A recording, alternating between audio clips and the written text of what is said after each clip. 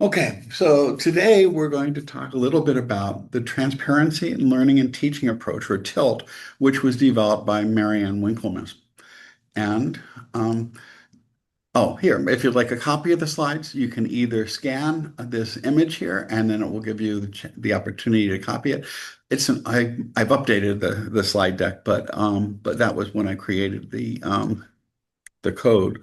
So it's a new slide deck, but it's an old, well, it's an updated slide deck that was first used in 2024. Okay, it's also in chat. So it'll ask you if you want to make a copy of it. It'll add it to your Google Drive, and then you could do whatever you'd like with it. So, couple of things. What would you say, Javed, Emily, Michelle? What would you say are some of the major challenges that we have in dealing with students in terms of things that have perhaps gotten a little more challenging in the last few years, since COVID especially? One of the things that come to mind for me is motivation, especially in general education courses. And I think we see that in our introductory economics classes too. Motivation is something that people have been talking about a lot, especially since COVID. But it's always been an issue, but it certainly has been more so. Michelle notes, in addition to engagement, there's also issues in having students complete readings and so forth. Um, okay, so two of the things that I had put were student motivation. And also, another thing that we've talked a lot about is AI and academic integrity. So, another thing is equity and student success, that when we look at breakdowns in student graduate or student completion rates and performance and grades and so forth, we see some pretty significant gaps here, tied to first gen status, tied to race, tied to Pell eligibility, and other observable characteristics, where our students come in from very unequal backgrounds in terms of the preparation they receive for college, and that shows up in how they're doing in classes. And what what or for two of these at least, there's a lot of evidence that it can be effect that the transparency or tilt of transparency in learning and teaching approach that Mary-Ann Winklemas developed has been very effective in increasing student motivation and reducing equity gaps in student success. There have been quite a few studies done in places where this has been implemented, either in individual courses or across an institution. The AI and academic integrity, I think we can make a case that it's also likely to help there. But let's talk about what it is. And to set the framework or to set the stage for why the tilt approach, this transparency approach, is helpful. Do students sometimes have to make guesses about what an acceptable assignment is? Do we sometimes have students turning in things that are not what we thought they would turn in? That we ask them to write a paper and perhaps we get something back that's less than we might have expected them to do. Or we ask them to do some type of analysis or some type of an assignment, and their interpretation of what we were asking them to do is different than ours. If we ask them to create an annotated bibliography using peer-reviewed sources and so forth, we no problem, Michelle. I looked at the chat. That in general, students don't always know what we're asking them for. We know what we're asking students to do, but it's not always obvious to students, especially if they haven't been asked to do something similar in their prior academic career up to this point.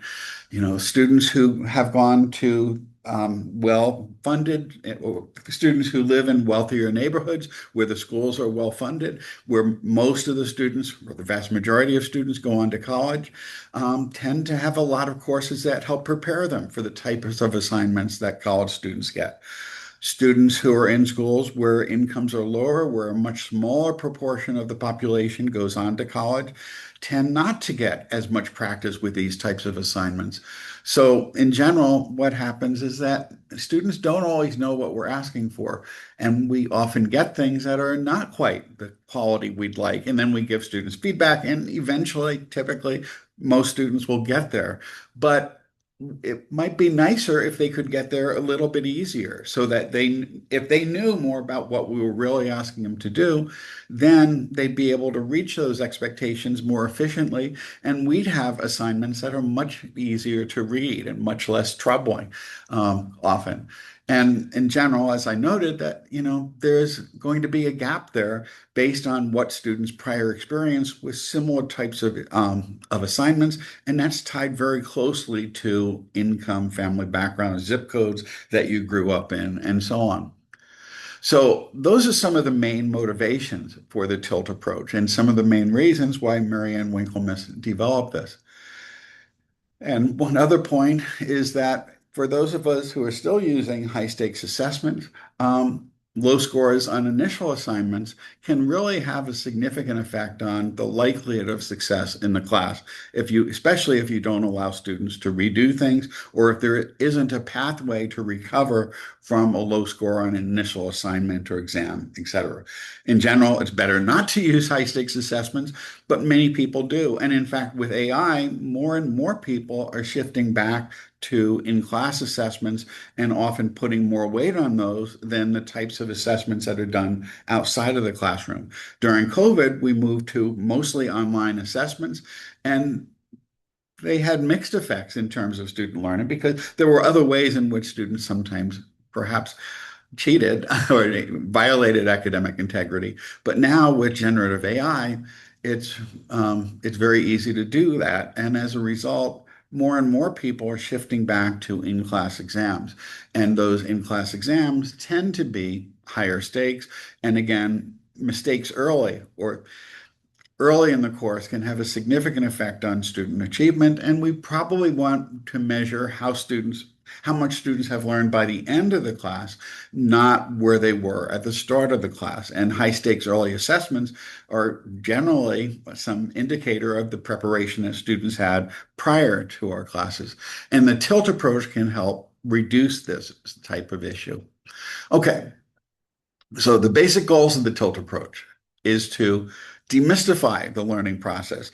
We don't need to keep our expectations from students hidden. We'd rather have students focusing on developing their skills, their cognitive skills, their understanding of the subject, and not waste time trying to guess what we're asking them to do. And students often do waste a lot of time trying to guess what we're asking them to do. I know in the past I've had students, especially many years ago when I was using more high stakes exams, who would do really poorly on the first test, but then on the second one, they do much better. And they'd say, well, now I know what you were looking for. And we shouldn't have to waste students' time keeping that hidden from them. Not that I was trying to hide it from them, but unless they've had more opportunities to practice with the types of assignments that you're going to be giving them later, where they can make a mistake with no cost or very little cost, before they take a higher stakes assessment, it would be really nice to break through that barrier. It can optimize student learning so that students can focus their time more efficiently on what we want them to learn. And it can also help them understand how and why, which addresses that issue of motivation. Because often students see our assignments as just one more hoop they have to jump through, and they don't understand why we're asking them to do things, and we don't always explain fully how they should be doing it. And and again, the evidence shows that this tends to reduce the use of the tilt approach reduces equity gaps. And that's been shown in several studies now. So the approach is really kind of simple in its essence. There's three elements of an assignment that has been converted into the tilt approach. The first is providing students with a statement of the purpose of the assignment. The second is a detailed description of the task we're asking them to do. And the third is the criteria by which we're going to assess them. And let's talk a little bit about each of these. In terms of the purpose, don't hide from students why we're asking them to do things. If we have well-defined learning objectives in our courses, and especially if we also tie these into career competencies, some of those NACE competencies that we've been talking about a lot in multiple frameworks, if students can see that what we're asking them to do is connected to their future careers or their future education plans, that can be really helpful in increasing motivation.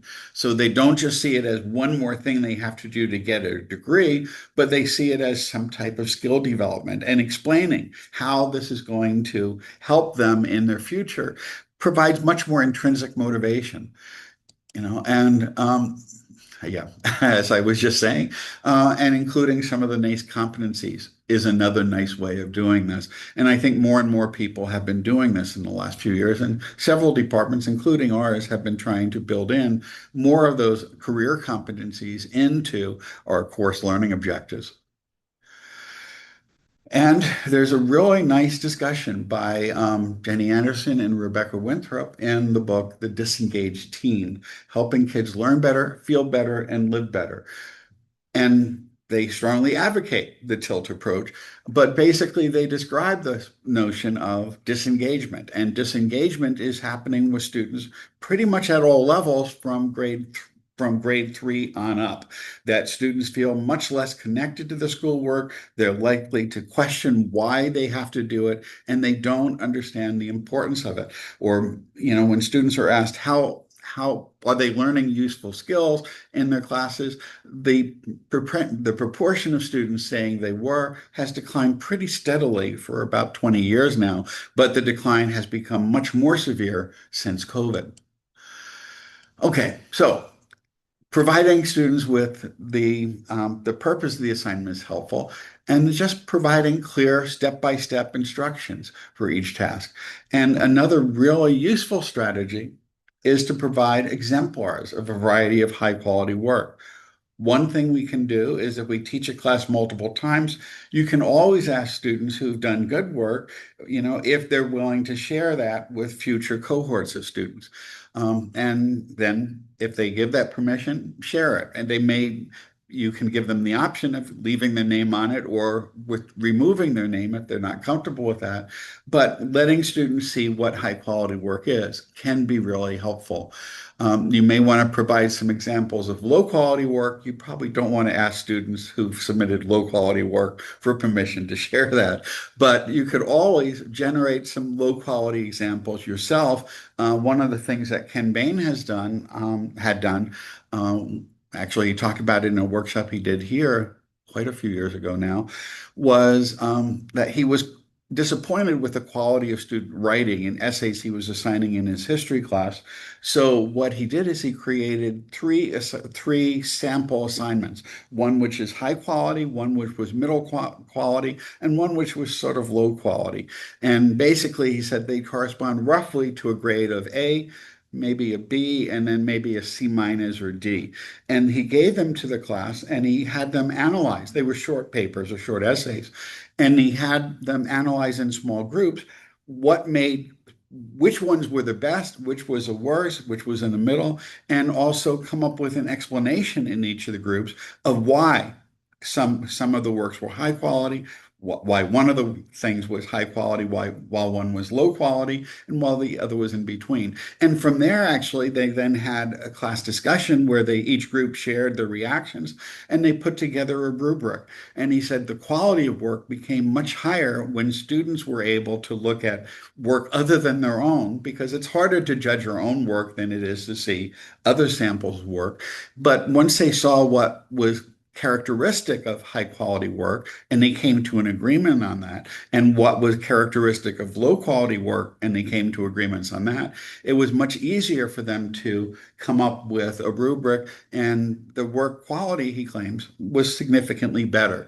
So having some samples of what you expect students to do would be really helpful. But notice it's plural. Don't just use one sample of work. One thing I've done this in my econometrics and other classes. First few times I sometimes did this, I only included one or maybe two examples. But what happened then is that the next semester, everyone wanted to do something very similar to that.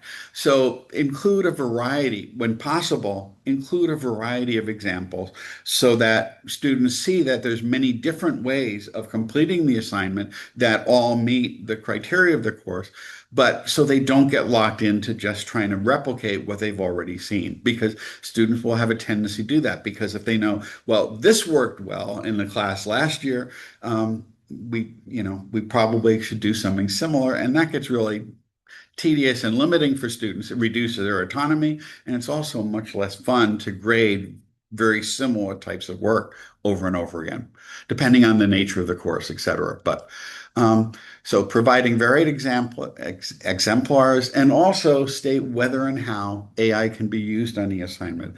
I know we're all supposed to have AI statements in our syllabus, and I'm hoping most people do by now. But it's also really good to include this in each assignment, because students don't always go back to the syllabus, but they don't always remember what you talked about the use of AI on the first day of class. But if you have it as part of the task they're asked to do, it's much easier for them to keep this in mind. Because if students are taking 5 classes with very different requirements, it's very easy for them to lose track of whether AI can be used, how it's being used, and also explain why. So if you're going to restrict the use of AI, explain why you want them not to use AI for these specific tasks, and maybe tie that to the later skills that we'll be talking about. Um, so, and again, by putting in this detail, students who already know how to do these things are not harmed by this. But the students who haven't been asked to do these types of assignments before are much more likely to benefit from the detailed description and the examples and so forth. But again, we also benefit because we don't have to grade as much low quality work. It's much more fun to grade higher quality work. And we feel better about our class and our students when we get higher quality work from our students. It makes us feel better that we're really accomplishing what we hope to do, and giving students more guidance on how to do that or what is expected of them can be helpful. So in terms of the criteria, a really useful strategy is, at the very least, share, if you are using rubrics, share the rubric with students. But it's also really helpful, and I suggested that about Ken Bain's example, to co-develop the rubric with students. Because if students had a say in determining what they're going to be evaluated on, and what types of things they should be focusing on, it makes it much more likely that they're going to have more buy-in and recognize the appointment of those criteria, because they help develop them. And don't just say, don't use very generic phrases. Don't say, for example, something like writing should be of high quality, or, don't be very vague. Talk about what you expect from them in terms of perhaps the level of analysis, or what constitutes high quality submissions on this, or um, for example, in the econometrics class, one thing might be a high quality econometric study. That's not going to be very useful as a description. But if you say that they've described the sample adequately, they've stated their hypotheses, that they're using appropriate tests given the diagnostics, something like that, it's much more clear to them what they're expected to do. Uh, and again, if we hide our expectations, we're going to get a lot of work that doesn't meet those expectations. So being clear can be really helpful. And again, the students who are best able to guess at these types of things are students who've done this type of work before.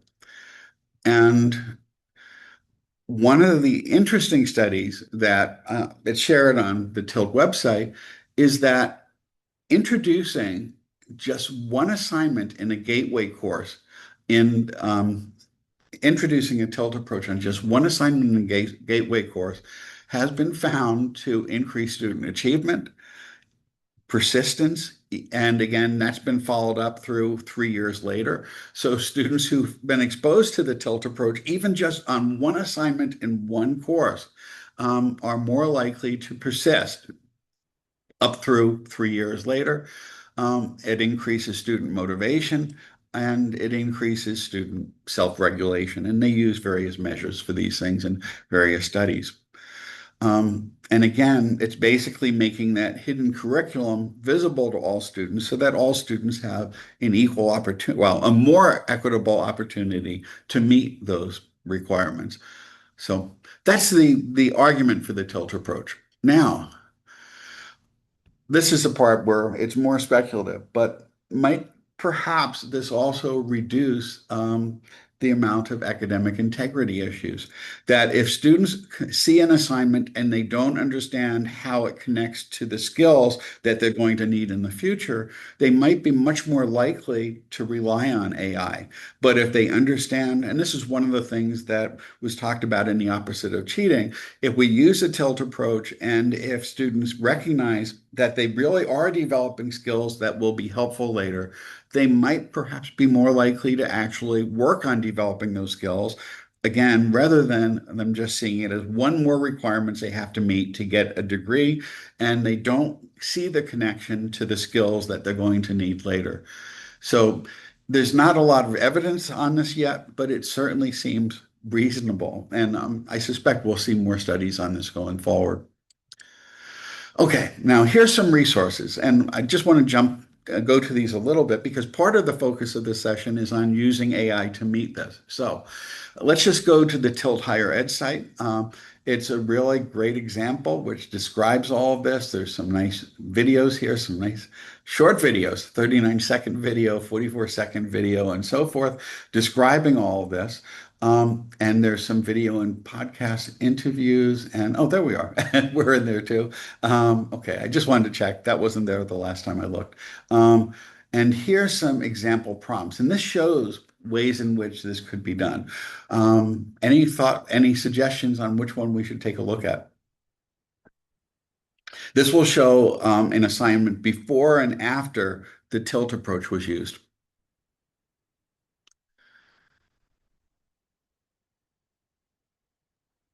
Any preferences? I'll be selfish and just ask for example A in sociology. Okay, so let's look at this. This was the original doctoral now. Okay. So here was the original assignment. Here's a background. You watch the video, description of what the film is about. It asked people to identify material and symbolic culture in both Shoshone and U.S. cultures with treaty of, it's asking some question. It actually has a fair amount of information on this, right? And this is the original assignment. It's kind of long. Well, actually, it sets the stage. Here's the assignment. Define and discuss what culture is, how it shapes our collective identity, discuss cultural diversity and the dynamic that creates distinctions, and then answer the following questions. So this is a pretty full assignment, and it's a pretty detailed assignment, more detailed than many of the assignments that many of our colleagues give. But here it's shown in a tilt approach where it's broken down into those things, the purpose, the task, and the criteria. And so it starts by saying, after you do this assignment, you will understand how human behavior both creates and is created by culture, how cultural diversity shapes the individual experience, which was kind of implicit in the discussion in the assignment above, but it's making that more explicit. So students will have a better understanding of why we're asking them to do this. It talks about all the skills that they're developing, that they'll be better able to define and discuss what culture is, how it shapes identity, how they'll be able to discuss cultural diversity and the dynamics that create distinctions. And then here, it's being very explicit. It's a pretty short discussion compared to the original assignment, but it's saying, it's basically asking students to write a paper that addresses these four explicit things, which again was kind of implicit in that longer description, that they're asked to define the things that they've been doing in the course in terms of material culture, symbolic culture, cultural diffusion, global culture, consider, etc. Um, and and then for the criteria, it's saying these are the things that it's using to evaluate it. 10% for correctly defining culture, 30% for the bicultural explanation, 15% for addressing the UN concerns, and 30% for discussing cultural diversity, and 15% for writing. It's still a little bit vague on the writing, but it's at least being very explicit about the breakdown, how much of the grade is tied to each of those things, and those tie in to the tasks, tasks 1 through 4, I think, pretty much. Well, not exactly, but it's tied in pretty directly to those tasks. Um, and there we go. And then it provides a background assignment with all the other information that was already embedded there. But it took the assignment and reorganized it to focus student attention on why we're asking them to do this, exactly what we're asking them to do, and what we're going to be looking at in terms of determining how well they met those goals and those objectives. So that's a longer assignment than many, but I think it illustrates the types of things that a tilt approach does. And let's take one other example. Any others? Well, let's vary it a little bit and let's say calculus. And here, make sure you show your work, a time calculus exam. And here's just some work on limits and so forth. And this looks very much like many types of math exams. But now it's explicitly saying that the goal of this is to improve your mathematical writing, demonstrate mathematical thinking, communicate your mathematical reasoning, and demonstrate your proficiency with applications of the derivative. And then here are the tasks. Write up 5 problems with clarity and detail, telling them how many problems they pick from each section, rewrite the question before you work, etc. Well, this is kind of a more complex assignment than many, but here's a rubric on this and saying for calculus accuracy, you must include the most steps, and the steps are accurately done. If you miss some steps, but some steps are accurate, some are inaccurate, you get the middle score. If you had many missing steps, you get the lowest score. And it shows the breakdown of weights in terms of each one being important there. And then there's the same basic assignment, just restructured a little bit. Well, restructured quite a bit, actually. So, there's some good examples here, but it's useful just to try doing this. And now, what we're going to do, here's the tilt assignment checklist. If you want, you could click this and you could download a little template, which basically you can use to create the assignment. Just download it is it a Word doc? It might be a PDF, but you can convert it into a Word doc. And then it just shows you what types of things you should put in with a purpose. Some of the things are skills, some of them are knowledge, some things you should have increased your knowledge of, the task and the criteria. But what I wanted to show, and this is where the using AI came in, is oops, what happened there? There we go. So now the last two things, which I wanted to get to, and I missed somehow, is tilting an assignment. And I didn't capitalize it as I should have in the last version. But here, the last two links are to a tilt chatbot, which I put together. It's a very simple sort of prompt. And basically, it will allow you to upload an assignment along with your class learning objectives, and then it will reformat that into a tilt framework, which you could then share with your students. Because one of the barriers that many people have to introducing tilt is if you have a lot of assignments already written up, it can take a lot of work. Even though it's not terribly complex, it can take quite a bit of time to do that. But if you use these chatbots, or if you just write your own prompt to do it, it's not very hard to do, and it knows what the tilt approach is, and it knows how it should be written up because it's been trained on such a vast amount of material. So if you click on one of those links, and I'd encourage you to try this, grabbing an old assignment, and here's one, please convert an assignment into the tilt format. And when you do that, it's going to give you some information. Um, you're asked to take your current assignment text, either pasting it in or uploading it using this. Include your course or module learning objectives. Copying and pasting is fine. If you don't have formal objectives handy, you can share the course name, week module topic, what students should be able to do by the end. And then it will reformat it in a tilt framework. And it will state what students should learn, how it connects to course objectives, why it matters. The tasks are going to be provided here, along with some common pitfalls to avoid and the criteria for success. And it will ask if you want to generate a rubric, and it will do that, which you could then, convert over to Brightspace. So, does anyone have an assignment they'd like to try doing it with? The ChatGPT version works a little bit better, but on the other hand, since we do have Gemini here, if you don't want to share, because with ChatGPT, it will use it as part of its training. But most of our assignments end up getting embedded online somewhere anyway, or certainly that's been the past history.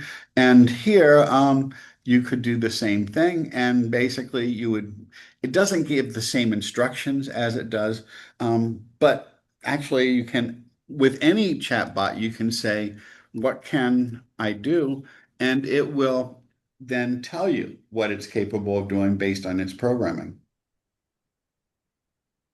John, can you share that link with us? Because it is not in that slide, the presentation. It should be. It's Oh, not. Yeah, slide it's not. 13, the last one is the reference to Winklemas, Mary-Ann. Yeah. We don't have those last Yeah, we two. don't have the chat GPT and Gemini. Oh, okay. So that's an older link. So never mind. I must have changed it, and I didn't realize that. So let me let me give you the link to this chatbot. Yeah. Let's try that again. I'm going to share this. And I'm going to go copy the link, and I'm going to just do one modification with it once I get this taskbar out of the way. And I'm sorry, I should have checked that. That's fine.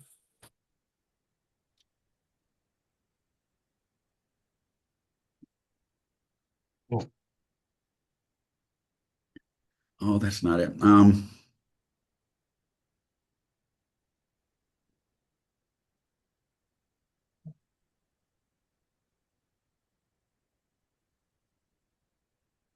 Hmm. Well, let me try this again.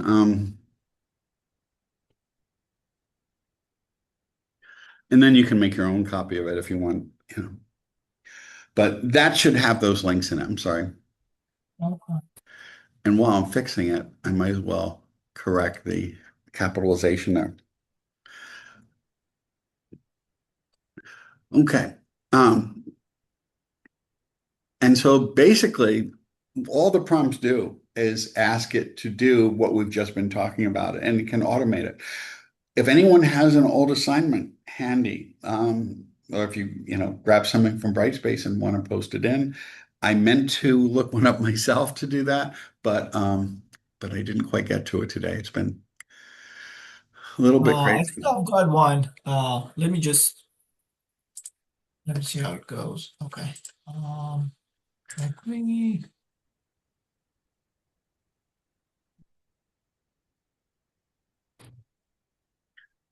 So once you have it in there, if you'd like to share the screen so we can Yeah, take I a look will. at it. Yeah, I'll do that. So, can I just upload a PDF file? Does that Yes, work? it'll Okay. work with PDFs or Word files or text. So I'm gonna go with some problem sets I have for my intermediate micro class. Hmm. So let me share this with you. Hmm. Okay. So which one is that? Come on. Is it this one? Yeah, Gemini. So Can you see that? Yes. Okay. So I just upload it, and do I need to just type in or just to go with any prompt or The just only other thing is if you have course learning objectives or a syllabus, you could put it in, but you don't have to. You could click okay. now on that upload button and it should on the I just bottom uploaded. right. But if you go to the bottom right, that blue circle with the arrow, that should submit it. Okay.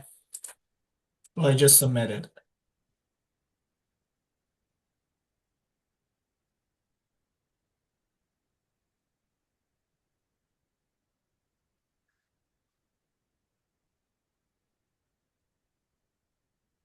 Okay. Can you see the result? Yep. Yeah, okay. So it talks about the And what do you purpose. think? How does it look? Let me see.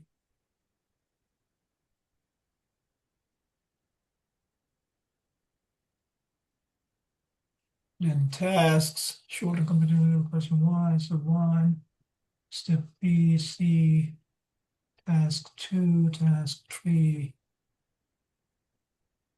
criteria. Okay.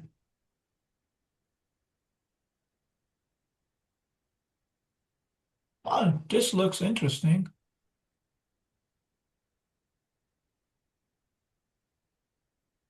Can So this there's a lot be in the convert? assignment. Yeah, So, yeah, it is. It's like 5 or 6 problem sets and of course mhm. Oh, okay. questions. Can I convert this to like PDF or something like that that I can You could. You okay. could copy it all and down and then, print it as a PDF or copy and paste it or Okay.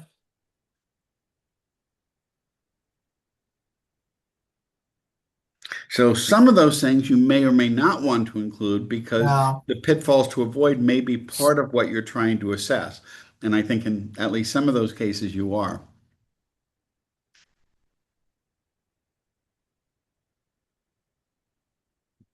Okay. Yeah, this is really good. You can And save a this lot was a of long time. set of assignments. Yeah, yeah, it's a long one, yeah. And at the Like very probably end, 4 or 5 questions. and then it's asking if you want to generate a matrix style grading rubric. Say yes, just to see how it works. Yes. And again, if you didn't like it, you could say redo this, but leave out the hints about the sunk costs or other things, you know.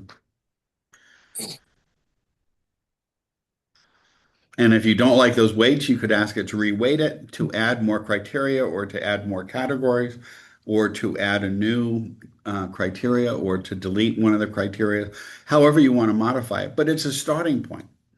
Yeah, this is really good. Okay. Yeah, I like it. It looks like it's still going. Oh, because it's doing it for each of the problem sets. Oh, I think it's done. Right. It's the tips for maximizing your score. Let me show you mistakes. If you okay. Okay. Sounds good. Sounds good. Okay. And depending on what version of the large language model you use and which one you're using, you could always ask it to download this or to convert this into a Word format or a Yeah. PDF or whatever. In this case, you'd probably separate the assignments, into separate ones, but it's got, so I've played with this a bit and it seems to have worked reasonably well. Any thoughts on this? John, some of what you talked about towards the beginning of your presentation reminded me of some of the points that were made in one of the reading group books from the fall about teaching within or academic integrity in the age of AI.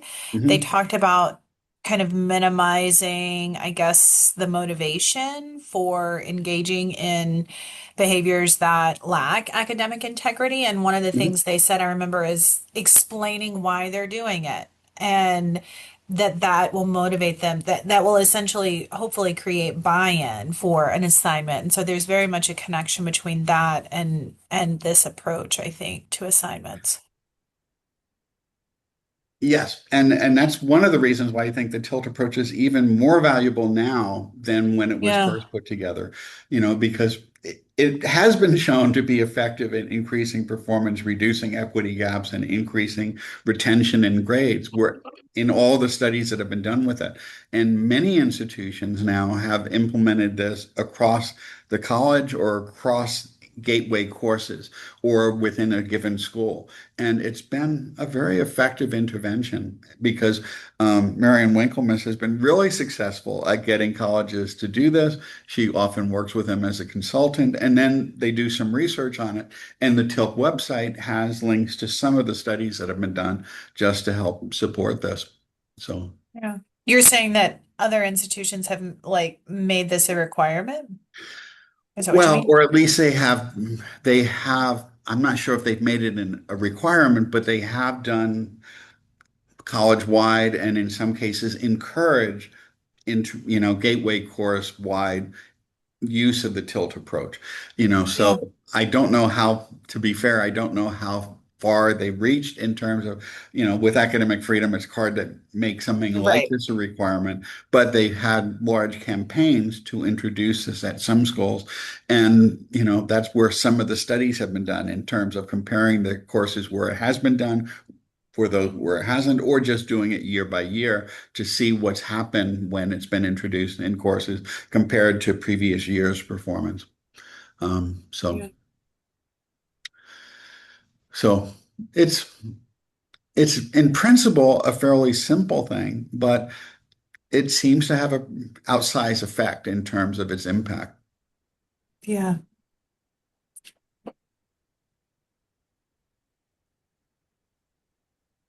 Any other thoughts or suggestions? I just have one more thought. Sure. It also seemed like that first example we looked at from sociology. Mhm. Um, like you said, the initial draft was pretty lengthy and had a lot of stuff in it, right? So it wasn't like a bare bones assignment by any means. But the Tilt version also seemed much more accessible than that first one, right? Like it just kind of distilled a lot of that information in a very straightforward way, like the bullet point. Like I think that first assignment, even though it was really detailed, could potentially be overwhelming to a lot of, it's just messy, right? It was just kind of I a would messy, think, yeah. overwhelming, like, whoa. Whereas the second one seemed much better organized, direct, clear, and then put a lot of that kind of detailed, messy information in an appendix. I think that that follows accessible guidelines better. Yes, and yeah, one of the accessibility guidelines is clear Yeah. language, Yeah. writing things that are can be plainly understood. And that initial assignment contains so much detail, it would be hard for students, especially students who have not developed as many skills at reading more complex works, to determine exactly what is most important in that whole collection of words. But Yeah. in the TIL framework, it's saying, okay, these are the things you have to do, and here's some additional details. And this is what you're going to be graded on ultimately. And this is why we're asking you to do this, that it's not just to make you struggle through this, it's setting up a barrier for you getting your degree, that really this is designed to help you develop these specific skills, which is much more motivating than that long assignment might seem to be. Yeah. Yeah. Yeah. It's good. Thank you. And it can work the other way. A lot of assignments that we give to our students have very little detail and is Yeah. left to students to guess. But in either case, overly complex or overly simple statements of assignments can be improved by just changing it into this format. Yeah. It's good. Well, that's pretty much all I've got. Any other thoughts or comments?